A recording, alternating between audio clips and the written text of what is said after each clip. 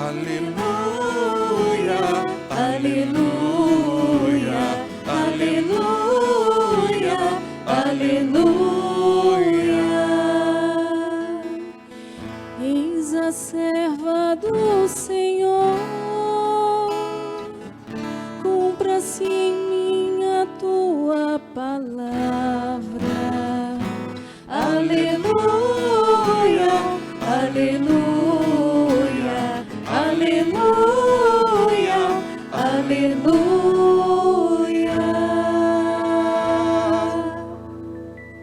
O Senhor esteja convosco. Ele está no meio de nós. Proclamação do Evangelho de Jesus Cristo segundo Lucas. Glória a vós, Senhor.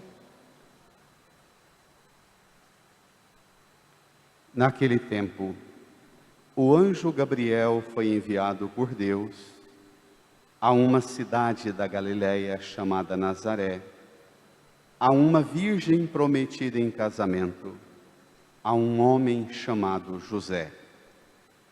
Ele era descendente de Davi e o nome da virgem era Maria. O anjo entrou onde ela estava e disse: Alegra-te, cheia de graça, o Senhor está contigo. Maria ficou perturbada com essas palavras e começou a pensar qual seria o significado da saudação. O anjo então disse-lhe: Não tenhas medo, Maria, porque encontraste graça diante de Deus. Eis que conceberás e darás à luz um filho, a quem porás o nome de Jesus. Ele será grande, será chamado Filho do Altíssimo, e o Senhor Deus lhe dará o trono de seu pai Davi. Ele reinará para sempre sobre os descendentes de Jacó, e o seu reino não terá fim. Maria perguntou ao anjo: Como acontecerá isso se eu não conheço homem algum? O anjo respondeu: O Espírito virá sobre ti, e o poder do Altíssimo te cobrirá com sua sombra. Por isso, o menino que vai nascer será chamado Santo Filho de Deus. Também Isabel, tua parenta, concebeu um filho na velhice.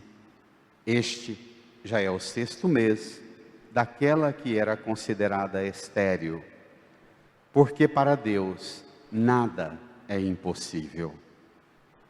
Maria então disse: Eis aqui a serva do Senhor, faça-se em mim segundo a tua palavra.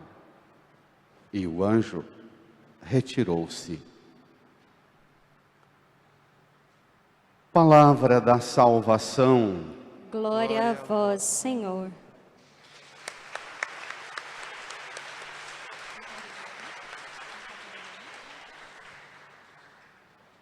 Sentados, nos recolhamos num tempo de profundo silêncio. No íntimo do nosso coração, rezemos, invocando o auxílio do Espírito Santo, pois só o Divino Espírito Santo pode nos fazer alcançar a compreensão clara da Escritura. Supliquemos o seu auxílio, rezando.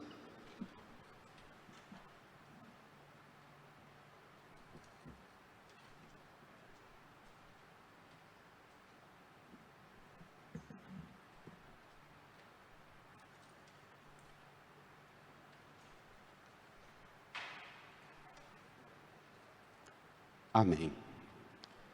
Queridas irmãs e irmãos, estamos bem próximos do Natal. Nesta semana celebraremos o mistério da chegada do Senhor. E a celebração do Natal é algo tão importante que pede de nós o zelo dedicado de 4 semanas de preparação. No primeiro domingo, a palavra-chave era vigilância, vigiai. No segundo domingo, a palavra central era conversão. Preparar o Natal por atitude concreta de conversão. Domingo passado, a palavra central era preparar o Natal com alegria. E hoje a alegria volta. A síntese do mistério que celebramos hoje vem com a palavra esperança. O Senhor vai realizar todas as promessas em Jesus Cristo.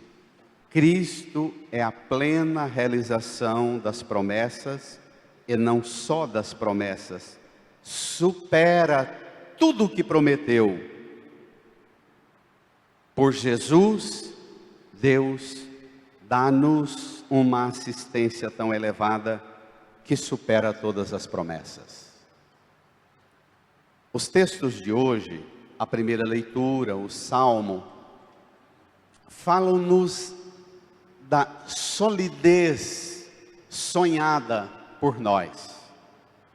O ser humano, desde o período da história em que éramos coletores de frutos e alimentos nos campos, o ser humano sempre foi tomado por um anseio enorme de alcançar tempos de estabilidade, uma vida estável. Primeira leitura, o Salmo cantam esse sonho humano de um período de estabilidade na vida, das coisas consolidadas, ao ponto do ser humano, inclusive, decidir que vai criar uma estabilidade para Deus. Davi, na primeira leitura, vou construir um mega templo para Deus. Deus fala para Davi através de Natã: eu é que vou construir uma descendência para você, não você que vai me dar um templo, porque eu sou Senhor de tudo, rapaz.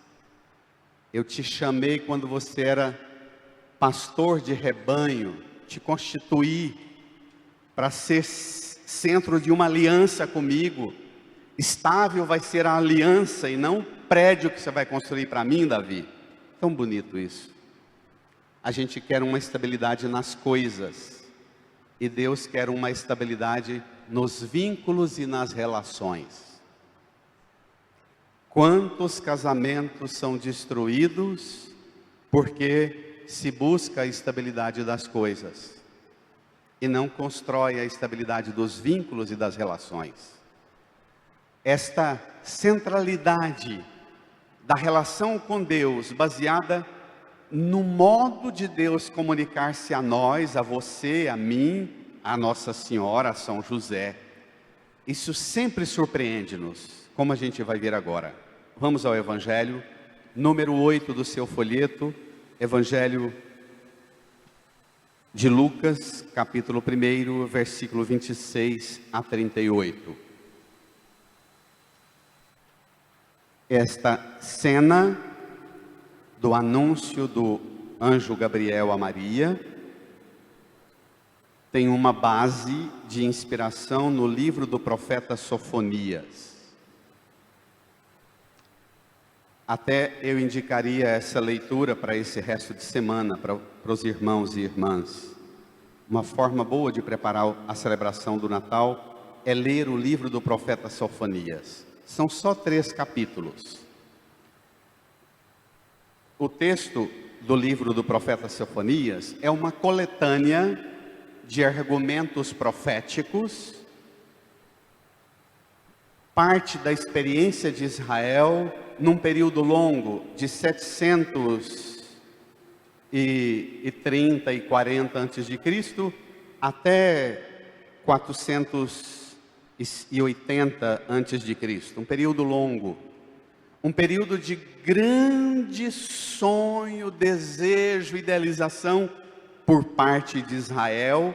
Mas quanto mais Israel idealizava consolidar-se a partir da bênção de Deus como um estado estável, mais a experiência de sofrimento vinha ou de dentro, pela própria traição à lei de Deus dos membros do povo ou dos países vizinhos invasores como a Síria, depois os babilônicos, os persas, até chegar aos gregos e ao Império Romano. O evangelista Lucas compõe a narrativa que ele estudou, pesquisou, como é que foi o começo de tudo, e tem como base esse texto do profeta Sofonias, que no capítulo 3, versículo 14 diz assim: no meio de tanta experiência de violência e de opressão por parte da Síria, dos babilônicos e dos persas, Deus diz pela boca do profeta: exulta, filha de Jerusalém, e de todo o coração dá gritos de alegria. Gritos de alegria.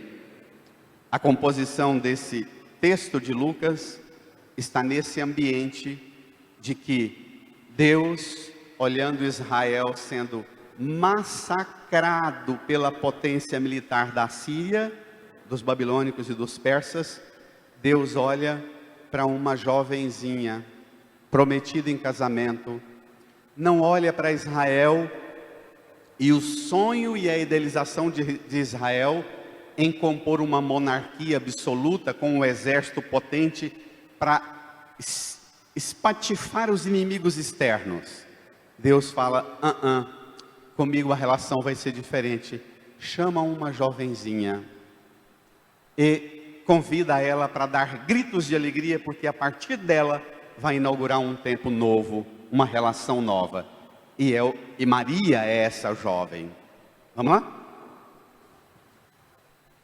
Naquele tempo, o anjo Gabriel foi enviado por Deus. Olhemos os detalhes juntos. A uma cidade da Galileia chamada Nazaré, a uma virgem prometida em casamento, a um homem chamado José. Ele era descendente de Davi e o nome da virgem era Maria. Esse recurso literário de Lucas, o anjo enviado a Nazaré, a uma cidade da Galileia chamada Nazaré, a uma virgem prometida a casamento, a um homem chamado José, o nome da virgem era Maria. Isso é síntese do que é para nós cristãos a experiência de fé. O que distingue o judaísmo, o Antigo Testamento e a relação com Deus a partir da experiência judaica, é que o povo judeu é o único povo na história da humanidade que concebe uma compreensão de Deus e um conceito de Deus a partir da sua história.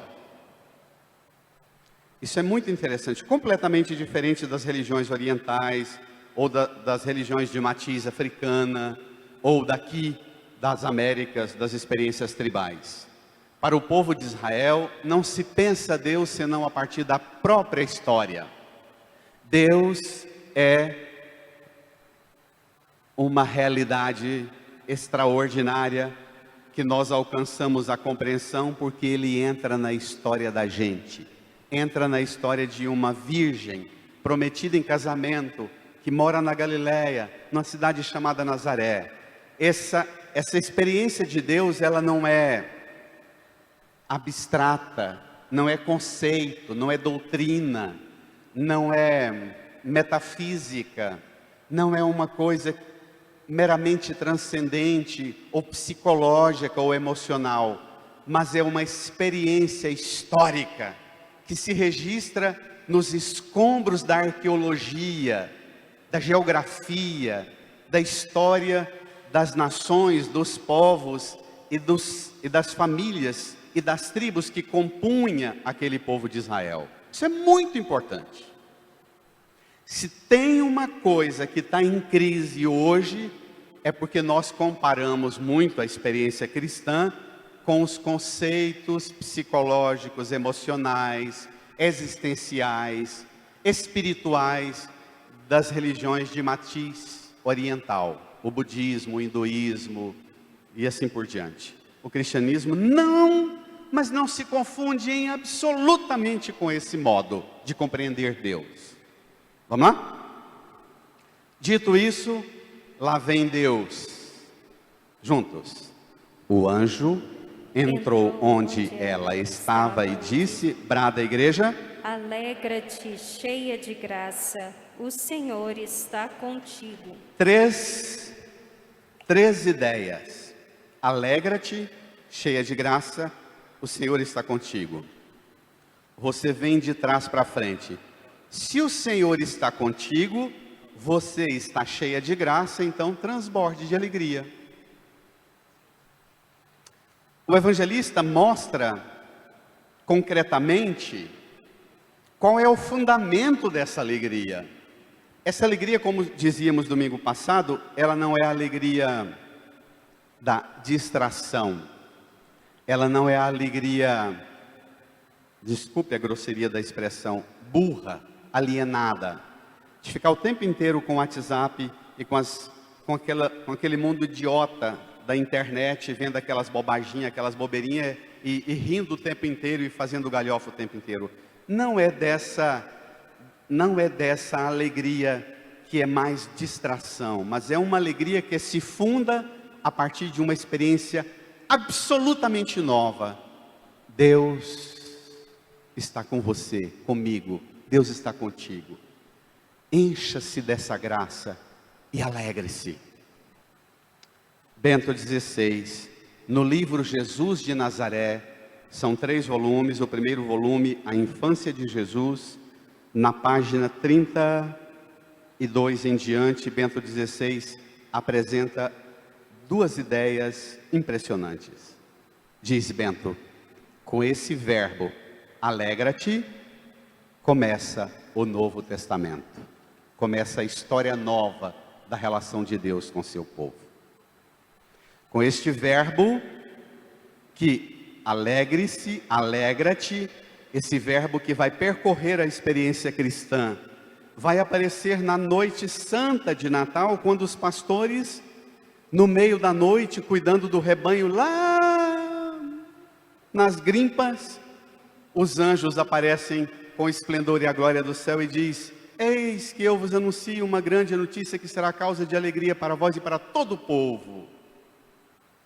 Esse verbo vai aparecer e percorrer a vida da comunidade de fé em muitas experiências, como a própria visita de Maria e Isabel, João pulando de alegria no ventre de Isabel, Isabel ficando cheia do Espírito Santo.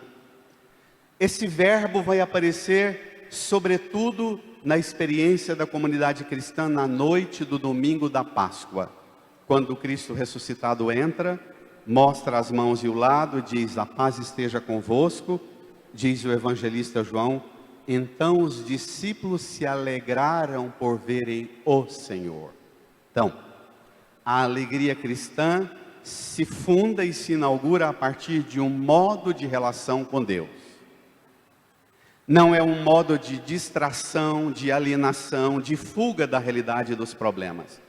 Esse elemento que é tão difícil de ser aprofundado hoje, porque não existe nenhum mecanismo mais poderoso de controle, de dominação e alienação dos povos, sobretudo a partir da juventude e da criançada, do que os mecanismos de distração e alienação o tempo inteiro fora da realidade. Impressionante. Você vai nas partes mais pobres da África, não é? Como nós fomos. A Índia, a China, alguns países da Europa dão de presente para a meninada pobre da África torres de Wi-Fi. E certos momentos do dia você vê surgir aquela multidão de adolescente jovem que vai para debaixo das árvores, em cima dos telhados, em cima dos muros e fica: abre o sinal de Wi-Fi, todo mundo pega o celular e congela 1h30. Não se mexe. De repente, libera e desaparece aquele povo todo. Impressionante como essa linguagem virou mecanismo de fuga da realidade. O anjo aqui propõe um outro modo. O anjo propõe: alegre-se, o Senhor está contigo. Você não precisa de outras fontes, Maria. Encha-se dessa graça e esta é a fonte da sua alegria. Esta saudação do anjo, alegre-se, o próprio nome Evangelium, em grego, evangelho, tem a mesma raiz da palavra alegria, tem a mesma origem da palavra boa notícia, boa nova. O próprio documento do Papa Francisco, Evangelii Gaudium, não é? A alegria do Evangelho, um texto belíssimo do Papa Francisco. Vamos. Maria escuta essa saudação, desculpe, e inaugura o Novo Testamento, mas diz Bento XVI que com este diálogo do anjo com Maria, nasce a teologia da alegria, que é síntese do anúncio cristão. É triste demais alguém que se diz cristão e que é triste. Não combina com a fé cristã a tristeza. Desenvolve-se também hoje, apelam-se para muitas espiritualidades já superadas, medievais, da tristeza, do culto a uma morbidez de relação com o mundo. Isso aqui é só pecado, isso aqui é só imundície, isso aqui é só coisa feia, isso aqui é só coisa suja. E aquele povo que tem uma devoção rígida, rigorosa, tudo é pecado, tudo é proibido. Isso não é sadio não, minha gente. Precisa ter equilíbrio na compreensão do que é. O mundo é obra da mão de Deus. Esse mundo tem coisa boa demais que Deus criou. Ele é bênção de Deus.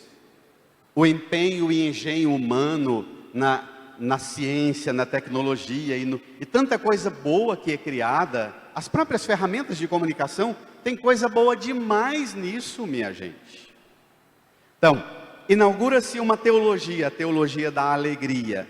E olhe que para Bento XVI, introspecto daquele tanto, tímido e quase sisudo, falar que com essa frase do anjo, nasce o Novo Testamento e nasce a teologia da alegria, é muito importante. Vamos ver o desdobramento dessa teologia. Maria, claro, reage na perspectiva humana. Versículo 29. Maria ficou perturbada com essas palavras. Vai. E começou a pensar qual seria o significado da saudação. A fé cristã não é um conjunto de doutrina islâmica, de norma e regra que você se submete e cumpre. A fé cristã é um processo de diálogo de Deus com cada pessoa. E diálogo supõe o direito de você se sentir desconcertado pela pauta. Maria fica desconcertada, fica perturbada, começa a pensar: que é isso? O que significa isso? Maria tem uma fé inspirada na palavra de Deus que ela escuta. O anjo representa a palavra de Deus. Maria procura esclarecer-se, procura aprofundar. Não é um fazer insano, fanático. Ela pensa, ela reflete, ela perturba-se, ela desinstala-se, ela busca. Na iconografia cristã e na arte cristã, muitas vezes nós representamos Nossa Senhora com um tipo de imagem quase congelada. Mas Maria, eu gosto muito das representações do barroco de Nossa Senhora, com aquele do movimento, da força da fé. Nossa Senhora, especialmente Nossa Senhora da Imaculada Conceição, a imagem dela sendo levada ao céu, essa força, esse movimento é muito importante, né, na comunicação da fé. Maria rompe com aquela visão de que a mulher não tem direito de entender. Se você quer saber, entre os judeus do tempo de Maria e de São José, e mesmo hoje, no judaísmo moderno, existe um ditado que é: melhor queimar a Torá do que tentar ensiná-la a uma mulher. Por isso, o judaísmo tem muita dificuldade de entender o cristianismo, porque o cristianismo funda-se a partir de uma experiência de uma mulher, de uma jovem, prometida em casamento. Maria perturba-se. Vamos ver o que dá essa perturbação? Versículo 30. O anjo então disse-lhe, brada a igreja, mais forte que o som lá fora: Não tenhas medo, Maria, porque encontraste graça diante de Deus.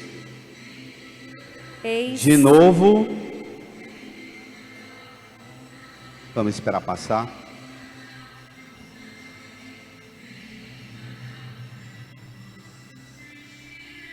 De novo o tema da graça, mas agora já falou de alegria, já falou de graça, já falou da presença de Deus, o Senhor está contigo, e agora o anjo inaugura um modo novo de relação com Deus.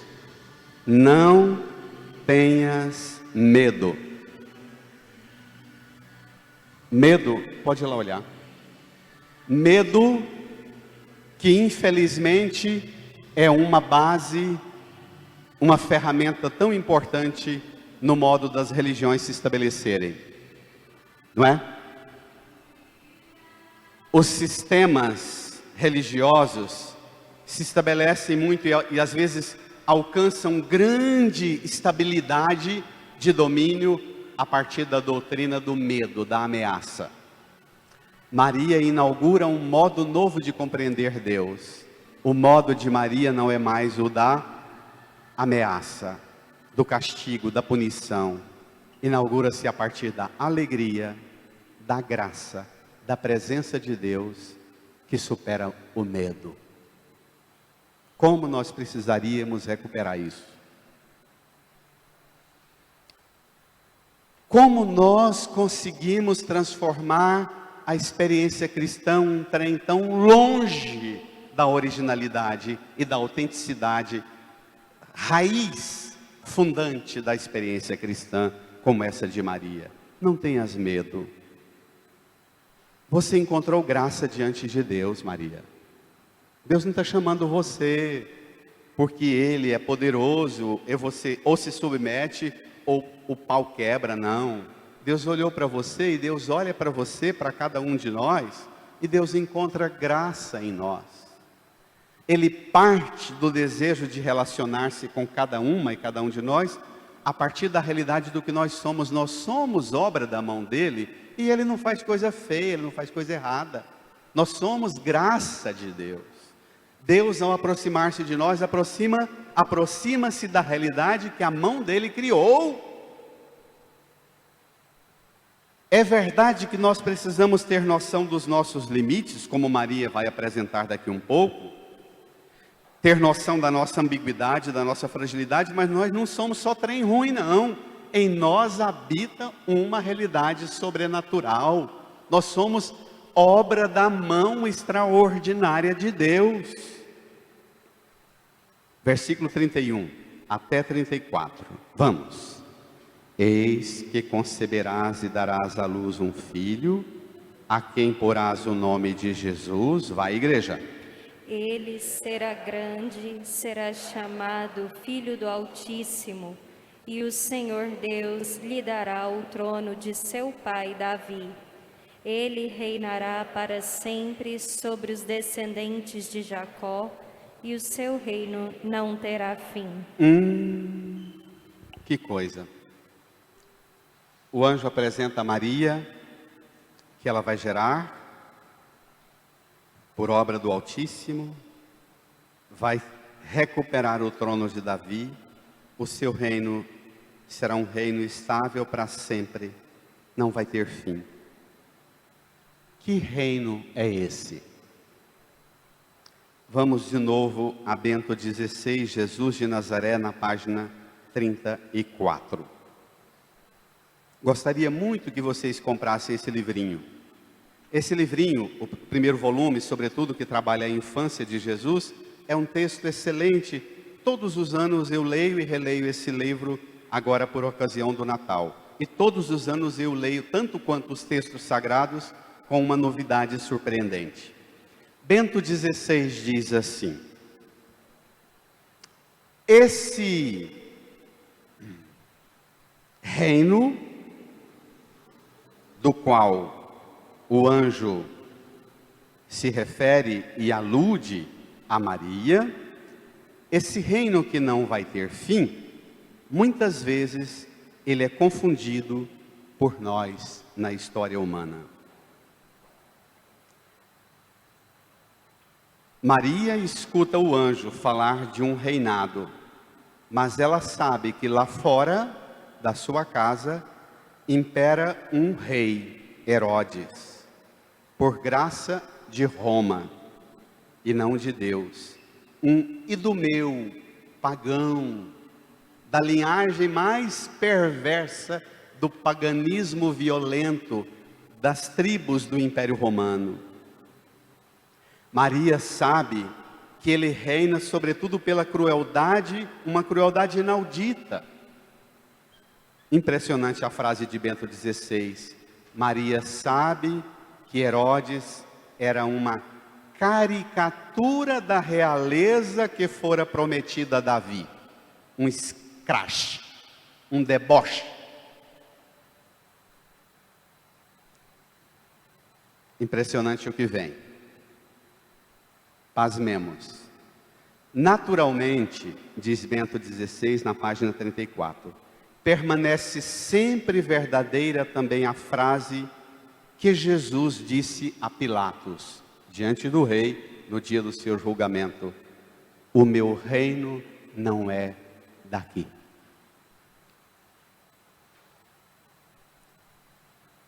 Pasmemos. Texto das aulas de teologia de Bento XVI, quando ele era professor de teologia, antes de ser papa, e o livro foi organizado e escrito em 2012, já no curso de seu pontificado. Olha o que ele diz: duas tramas perversas que nos faz confundir o reino de Deus com outros reinos. Veja, às vezes, no curso da história, os poderosos deste mundo colocam o reino dos céus, o reino de Cristo, sob sua alçada, dizendo: nós representamos esse reino de Deus. Diz Bento: mas é justamente então que o reino de Deus, o reino de Cristo, que não é daqui, corre perigo. Os poderosos deste mundo querem ligar o seu poder, o seu cargo, as suas forças ao poder de Jesus. E precisamente assim deforma o reino de Cristo, tornando-se uma ameaça para o reino de Cristo. Não tem absurdo e contradição mais maluca do que a gente alcançar o nível sofisticadíssimo da bancada evangélica no Brasil, que tem católico nessa bancada também, que é também a bancada da bala e é também a bancada da corrupção. Um punhado, inclusive, ainda está preso.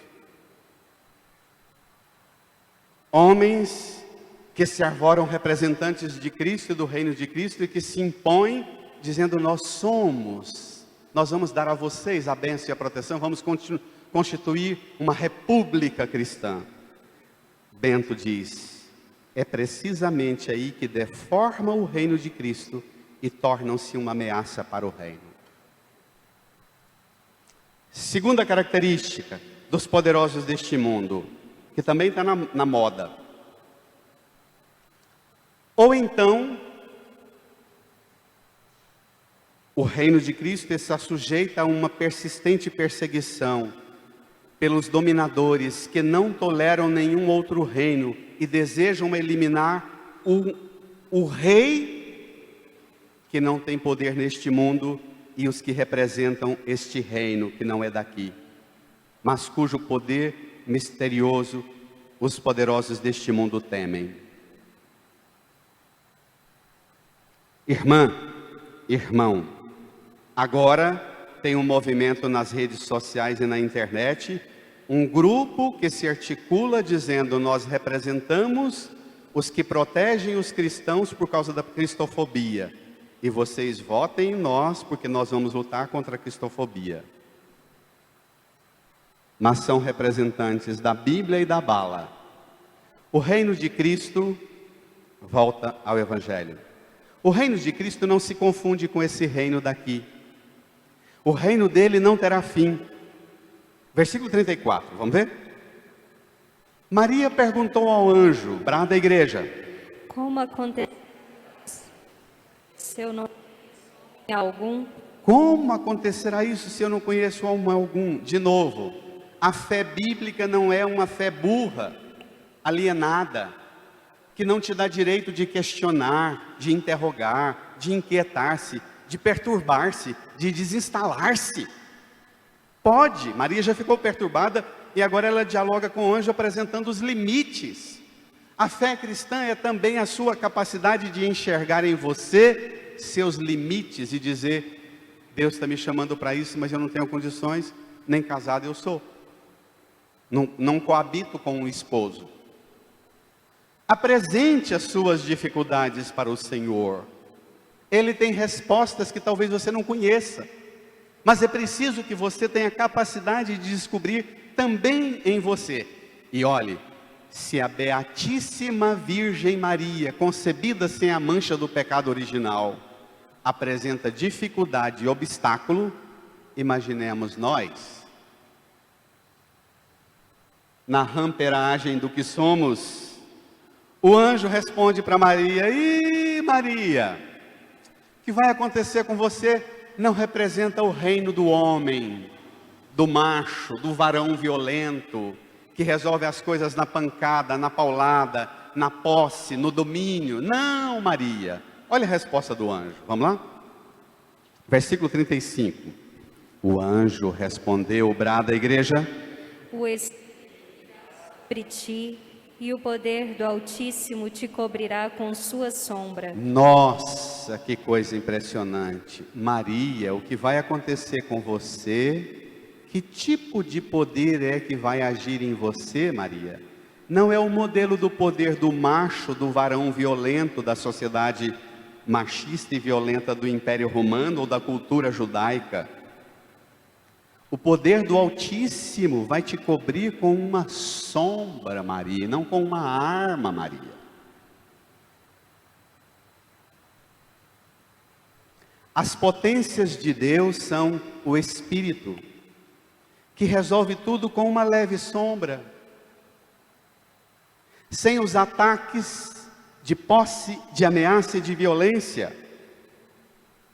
E a conversa de Maria com o anjo conduz Maria a uma coisa importantíssima. O anjo aqui, é bom falar, que na linguagem da fé representa a experiência de oração.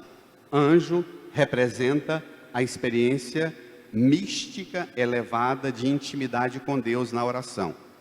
Porque o anjo representa o movimento de levar e trazer o que nós apresentamos pedindo para Deus, e Ele traz o que Deus pede para nós.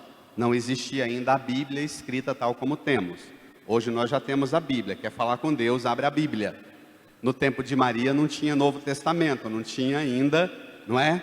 A Bíblia não estava pronta. Nem a Bíblia hebraica, judaica, estava definida num cânon que era um consenso entre todos os judeus, que eram tais e tais livros que compunham o Antigo Testamento. Então, o anjo aqui representa a experiência de oração, de escuta de Deus, e confiança de que Deus vai te escutar. Então, a melhor maneira de avaliar sua vida de oração, sabe qual é?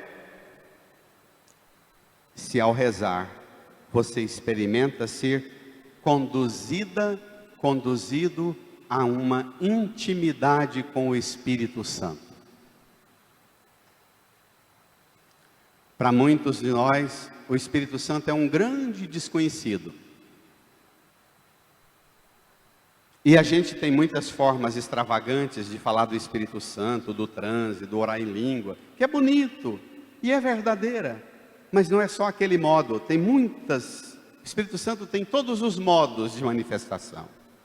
Você precisa descobrir se há presença do Espírito Santo na sua intimidade de vida de oração. E é fácil. Quando há experiência íntima de oração, há alegria, há graça, há sentimento de que o Senhor está comigo e não há medo. 4 critérios que Nossa Senhora apresenta: alegria, graça, presença do Senhor e não há medo. Se há medo, não é experiência de intimidade com o Espírito. Vamos ver? Aí o anjo complementa: por isso, o menino que vai nascer será chamado Santo, Filho de Deus. Versículo 36. Bradem comigo. Também Isabel, tua parenta, concebeu um filho na velhice. Este já é o 6º mês daquela que era considerada estéril. Brada, igreja. Porque para Deus nada é impossível. Porque para Deus nada é impossível. Maria, você está apresentando sua perturbação e seus limites. Mas eu estou conversando com você, Maria, em nome de um Deus para quem nada é impossível, Maria. As impossibilidades suas, Maria, jamais colocarão limite em Deus. Irmã, irmão, diga isso para você hoje. As impossibilidades minhas jamais colocarão limite no poder de Deus que age em mim e na minha vida. Amém? Elas existem, continuarão existindo sempre. São fragilidades que vão e voltam, mas elas não colocarão limite no agir de Deus. E toda pessoa que experimenta a presença do Deus do impossível, chega à conclusão de Maria. Vamos ver? Versículo 38. Maria então disse, Brada: eis aqui a serva do Senhor, faça-se em mim segundo a tua palavra. Espere lá. A dinâmica é a oração, simbolizada no diálogo com o anjo, a experiência do Espírito Santo. Experimentou o Espírito Santo, ressoa em quê? Se você tem vida de oração, experimenta o Espírito Santo na intimidade do seu ser, como é que você sabe que em você há a marca do Espírito Santo? Brademos. Você sabe quando você olha para a sua vida e percebe que há um acerto na sua vocação, que você acertou na sua vocação, de pai, de mãe, de esposa, de esposo, na sua profissão. O sinal de que você não tem uma vida espiritual sadia é exatamente o desacerto na vocação. Esse povo que entra ano, sai ano, entra década, sai década, comporta-se como se fosse mero adolescente e está sempre procurando e não acerta na vocação, é povo que não tem uma experiência fecunda de oração, fecunda de Espírito Santo. Amém?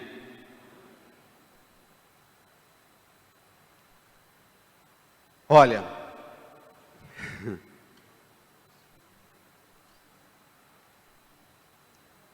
quando você acerta na vocação, não quer dizer que não vai ter tribulação, não quer dizer que não vai ter obstáculo, que não vai ter dificuldade. O anjo não diz a Maria, não tenha medo, porque Deus eliminou tudo quanto é ameaça lá fora. Maria, lá fora continua tudo perigoso e ameaçador. Inclusive o que você vai gerar, Maria, vai passar por isso aqui. Maria, lá fora não mudou, Maria, mas o Deus do impossível pode mudar dentro de você, Maria, e fazer reinar em você uma realidade de força tão grande que medo nenhum das potências, das religiões, das guerras, da violência humana imporá sobre você um modo de submissão e sujeição.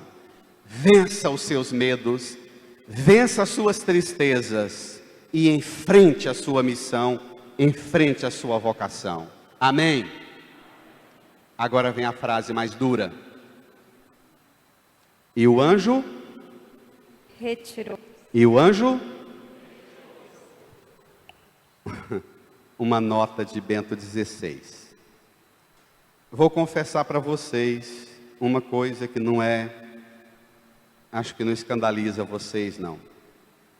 Eu tive uma experiência muito forte rezando esse texto essa semana. E eu chorei muito. Leio já esse texto há muito tempo, mas nunca tinha alcançado a compreensão dessa frase. E o anjo a deixou. A grande hora do encontro com o mensageiro de Deus, na qual toda a vida de Maria muda, passa. E Maria agora fica sozinha com a tarefa que verdadeiramente supera toda a capacidade humana. Não há anjos ao seu redor. Ela deve prosseguir pelo seu caminho, que passará através de muitas obscuridades. A começar pelo espanto de José ao ficar sabendo que ela está grávida. Obscuridades presentes na sua gravidez e mais dolorosamente na sua experiência ao pé da cruz. Olhe para a cruz.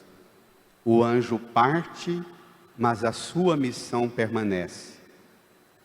E justamente com esta matura a proximidade e a convicção interior de que Deus está comigo, e no meu íntimo, embora eu não possa vê-lo, palpá-lo, tocá-lo, ver o movimento da asa de anjo, mas eu experimento no meu íntimo, eu posso ver e tocar com os olhos da fé, e com o tato do afeto, eu posso ver e tocar a presença de Deus perto de mim. Eu vou dar conta, eu vou vencer. Amém. Você, às vezes, se sente magoado com Deus, porque em muitos momentos da sua vida, aquele mesmo anjo que buzinou no seu ouvido, dizendo, casa com ela, casa com ele. O Tião mais a Marla foi há 21 anos atrás, 22? 22. Ana Maria e o Mendes. É isso? Desculpe, me deu um branco aqui. Mendes. Ana Maria e o Mendes há 50 anos. Muitos momentos da vida, aquele anjo da flecha que me fez apaixonar por ela, apaixonar por ele. Aquele anjo depois que diz sim diante do altar, aquele anjinho vaza e aí vem, não é? E por vezes muita experiência de dor e de solidão. Tem um exercício que eu vou propor a você fazer essa semana. No retiro com os jesuítas, um método de Santo Inácio. O retiro consiste em você meditar esse texto como fizemos agora. Depois você senta-se num lugar bem confortável e começa a mentalizar o anjo argumentando com Nossa Senhora e convencendo Nossa Senhora a aceitar ser mãe. Ela topa, ela diz, eis aqui a serva do Senhor, faça-se-me segundo a tua palavra. E o anjo sai e você fica sozinha, sozinho. Não tem mediador. Tem não. Não tem patrocinador para enxugar sua lágrima, seu suor. Tem não. Você pode experimentar isso meditando Maria grávida, pesada, o primeiro bebê, e José chega e diz, Maria, o imperador decretou que um novo recenseamento é para a gente ir embora para Belém. José, eu estou grávida, está para nascer. Maria, sem chance, vamos embora. Chega em Belém, começa a contração, chega a hora do parto, de porta em porta, as hospedarias lotadas. Ninguém, nem Gabriel, nem anjo, nem arcanjo, ninguém acha um boi e um burro para ceder o coxo da ração, mas não acha um anjo e um arcanjo para emprestar um lugarzinho para nascer o bebê. Você pode imaginar Maria, naquele pavor, quando ela perdeu o menino Jesus, 3 dias, voltando de Jerusalém. Desespero de uma mãe que perde um filho e ela procurando pelo menino 3 dias, 3 noites. Você pode ouvir a voz de Maria gritando no meio da madrugada, do desespero de uma mãe que perdeu um filho, dizendo: Gabriel, me ajuda. Você pode imaginar Nossa Senhora na quinta-feira santa, enquanto Jesus está lá no Horto das Oliveiras, ela em algum lugar lá em Jerusalém, em vigília de oração, sabendo que o filho vai ser preso, vai ser torturado e vai ser morto na cruz. E ela precisará não ficar gritando: Gabriel, Gabriel, que raiva desse Deus que me abandonou, me fez ser mãe, dediquei tanto e me abandonou. Maria estará de pé diante da cruz e tomará sobre os seus braços o filho morto, mas não gritará desesperadamente por Deus ou por Gabriel, porque ela sabe que o dia que ela disse sim para o anjo falar para Deus que ela topava ser mãe de Jesus, ela concebeu Jesus primeiro no coração, depois no útero. Talvez a dificuldade nossa é que a gente não consegue conceber Jesus no coração, ter Jesus aqui presente. Pode tirá-lo, as provações virão, as experiências pavorosas e dolorosas sempre vêm, e às vezes nós no meio da noite escura gritamos por Deus, e Maria é a única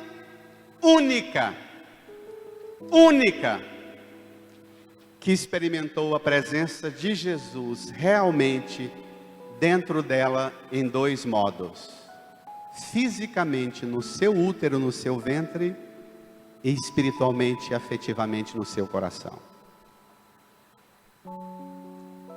Você pode inaugurar uma maneira nova de experimentar a relação com Deus, uma relação com base na alegria, na graça, na presença do próprio Deus e não mais no medo. Amém?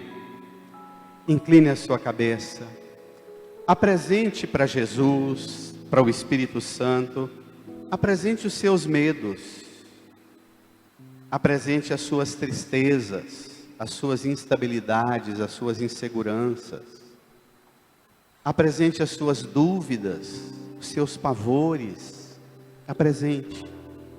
Piedosa e corajosamente, não tenha medo de falar com Deus e apresentar para Deus as realidades que te perturbam, que te causam desconforto, aflição. O Espírito Santo te escuta e com a sombra dele vai dar a você o discernimento e a compreensão de qual é o caminho, como enfrentar os desafios da sua missão, da sua vocação no mundo. Fale, reze.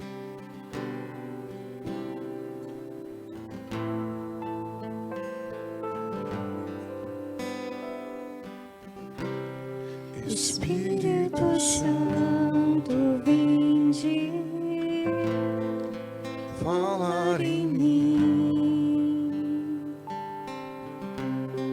Espírito Santo, Vinde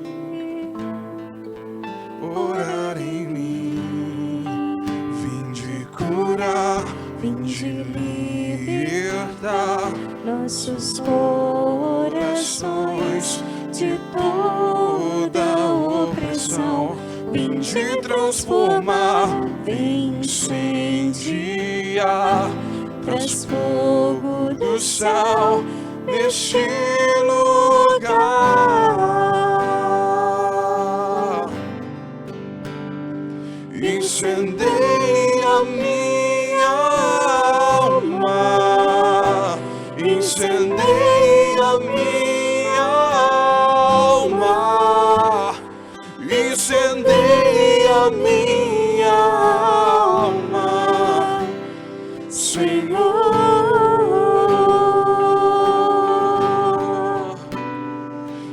Incendeia minha alma, incendeia minha alma, incendeia minha alma, Senhor.